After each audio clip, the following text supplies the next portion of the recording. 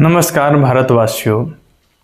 आज हम भारत का संविधान के अंतर्गत मूल अधिकार के अंतर्गत धर्म की स्वतंत्रता का अधिकार अनुच्छेद 25 से लेकर अनुच्छेद 28 तक हम जानकारी प्राप्त करेंगे।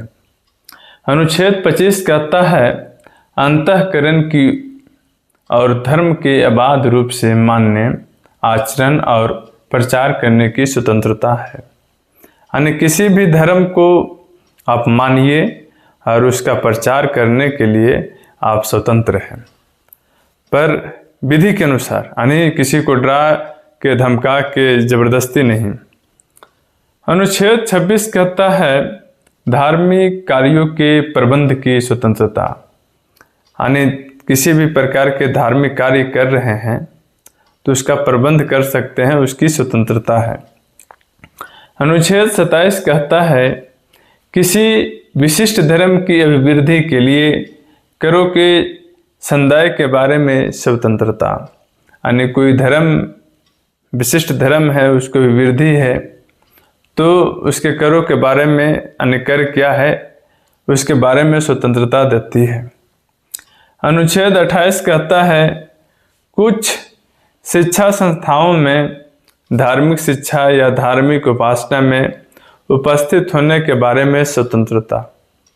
कभी ऐसा होता है जैसे शिक्षा संस्थान मदरसा हो गया, कॉन्वेंट स्कूल हो गए, उस सब में धार्मिक उपासना के बारे में आना है नहीं आना है, क्या करना है क्या है, उसके बारे में स्वतंत्रता पर बात करता है।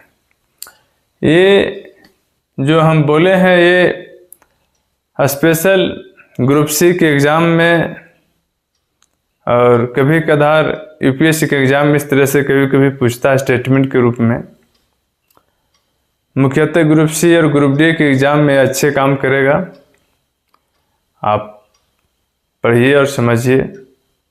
अब इसका एक का पूर्णतः पूरा चर्चा हम करेंगे जो इस प्रकार है।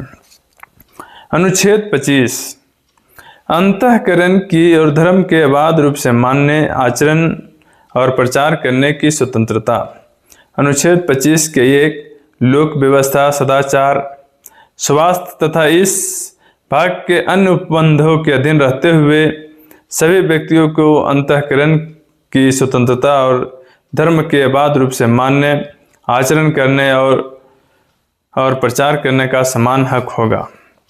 अनुच्छेद 25 के 2 इस अनुच्छेद की कोई बात किसी ऐसी विद्यमान विधि के परिवर्तन पर प्रभाव नहीं डालेगी या राज्य को कोई ऐसी विधि बनाने से निवारित नहीं करेगी। जो अनुच्छेद 25 के 2 के क्या कहता है, धार्मिक आचरण से संबंध किसी आर्थिक, वित्तीय, राजनीतिक या अन्य लौकिक क्रियाकलापों का विनियमन या निर्बंधन करती है।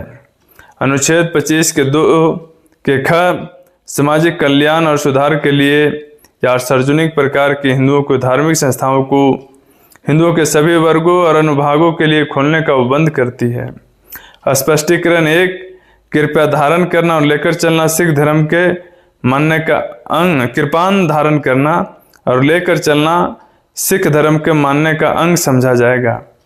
यानी सिख धर्म के ही लोग हैं जो कटार लेके चल सकते हैं, रख सकते हैं, उसका धर्म के अंतर्गत आता है। बाकी कोई भी धर्म के लोग या व्यक्ति कृपान कटार लेकर निर्बाध रूप से कहीं नहीं जा सकते। स्पष्टीकरण 2 खंड 2 के उपखंड ख में हिंदुओं के प्रति निर्देश का यह अर्थ लगाया जाएगा कि उसके अंतर्गत सिख, जैन या बौद्ध धर्म के मानने वाले व्यक्तियों के प्रति निर्देश है और हिंदुओं के धार्मिक संस्थाओं के प्रति निर्देश का अर्थ तदनुसार लगाया जाएगा। ये जो तीनों धर्म बताए वो हिंदू धर्म के अंतर्गत ही आते हैं, वही माना जाता है। अनुच्छेद 26 धार्मिक कार्यों के प्रबंध की स्वतंत्रता, लोक व्यवस्था, सदाचार और स्वास्थ्य के अधीन रहते हुए प्रत्येक धार्मिक संप्रदाय और उसके किसी अनुभाग को अनुच्छेद 26 के क धार्मिक पूर्त प्रयोजनों के लिए संस्थाओं की स्थापना और पोषण का 26 के ख अपने धर्म विषय कार्यों का प्रबंध करने का। 26 के ग जंगम स्थावर संपत्ति के अर्जन और संयुक्त का। और 26 के घ ऐसी संपत्ति का विधि के अनुसार प्रशासन करने का अधिकार होगा। अनुच्छेद 27 किसी विशिष्ट धर्म की अभिवृद्धि के लिए करों के संदाय के बारे में स्वतंत्रता। किसी भी व्यक्ति को ऐसे करों का संदाय करने के लिए बाध्य नहीं किया जाएगा जिनके आगम किसी विशिष्ट धर्म या संप्रदाय की अभिवृद्धि पोषण में व्यय करने के लिए विनिर्दिष्ट रूप से विनियोजित किए जाते हैं। अनुच्छेद 28 कुछ शिक्षा संस्थाओं में धार्मिक शिक्षा या धार्मिक उपासना में उपस्थित होने के बारे में स्वतंत्रता। 28 के 1 राज्य निधि से पूर्णतः पोषित किसी शिक्षा संस्था में कोई धार्मिक शिक्षा नहीं दी जाएगी। यानी राज्य की परिभाषा को हम बताए हैं, अनुच्छेद 12 और 13 में है। उसके निधि से यानी राज्य जो पैसा दिया है तो उस पैसा से कोई भी सरकारी स्कूल चल रहा हो या कुछ भी चले तो उसमें धार्मिक शिक्षा किसी को नहीं मिलेगा, उसमें धार्मिक शिक्षा नहीं पढ़ाया जाएगा क्योंकि राज्य उसमें खर्चा दे रहा है, चाहे 1 रुपये ही क्यों न दे। अनुच्छेद 28 के 2 खंड 1 की कोई बात ऐसी संस्था को लागू नहीं होगी जिसका प्रशासन राज्य करता है, किंतु जो किसी ऐसे विन्यास से न्यास के अधीन स्थापित हुई है जिसके अनुसार उस संस्था में धार्मिक शिक्षा देना आवश्यक है। राज्य से मान्यता प्राप्त या राजनीति से सहायता पाने वाली शिक्षा संस्था में उपस्थित होने वाले किसी व्यक्ति को ऐसी संस्था में दी जाने वाली धार्मिक शिक्षा में भाग लेने के लिए या ऐसी संस्था में या उससे संलग्न स्थान में की जाने वाली धार्मिक उपासना में उपस्थित होने के लिए तब तक बाध्य नहीं किया जाएगा जब तक कि उस व्यक्ति को यदि वह अवयस्क है तो उसके संरक्षण ने इसके लिए अपनी सहमति नहीं दे दी है। यानी किसी भी व्यक्ति को बाध्य नहीं कर सकता है। यदि उससे वयस्क नहीं है तो अवयस्क है तो उसकी सहमति लेनी आवश्यक है कि आप यहाँ आ सकते हैं, आप ये काम कर सकते हैं या नहीं कर सकते हैं। तो ये हम आप लोग के छोटे स्तर में ये बताए पहले थे और बड़े स्तर में भी पढ़ के बताए।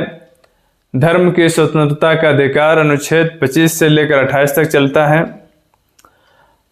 ये बहुत ही उपयोगी है, खास करके ग्रुप सी और ग्रुप डी के एग्ज़ाम के लिए। SSCGD, SSCGL, CPO, SSCPO और उसके बाद railway NTPC, railway guard NTPC में आते हैं। Graduation level, inter level, group D सभी के लिए उपयोगी है। और हम आपसे आग्रह करते हैं कि मेरे चैनल को सब्सक्राइब करें और वीडियो को शेयर करें, लाइक करें, कमेंट करें कि हम आप लोग के कैसे बताए हैं, कैसे पढ़ाए हैं। तो इसी के साथ जय हिंद, नमस्कार।